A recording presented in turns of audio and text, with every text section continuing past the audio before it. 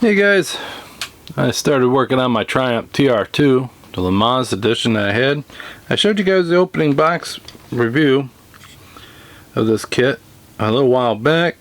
Well, now I'm actually working on it, got some paint down, got some assembling going, and I figured I'd give you guys a little show. So, I got her in a roller. I gotta do a little bit more work to it. I still got a lot of the interior pieces yet to still do. But next I gotta wait on the body. I had the body actually painted a little while ago, and I thought I had one type of paint that I could spray thicker. I thought I had the one coat lacquer. I had the enamel, and as you guys know, that enamel does not like to go down, so I had to put it in the purple pond. Pulled it back out, did another attempt at the body. It looks better now, but it's still wet. It's going to be wet for a while. I went with the British green that I had. It's not exactly British green, but it's close. It's a dark green. But here's what I got on the chassis so far. I glued the steering down. I do not like when the wheels turn. Usually you break them when you're messing with them anyhow.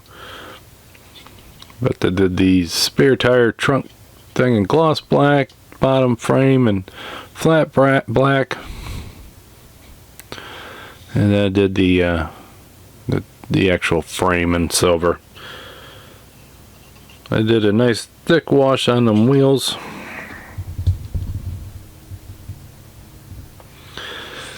So I got them together. And I think these pieces actually get cut off, but I'm leaving them on there until I know for sure. But there's the interior.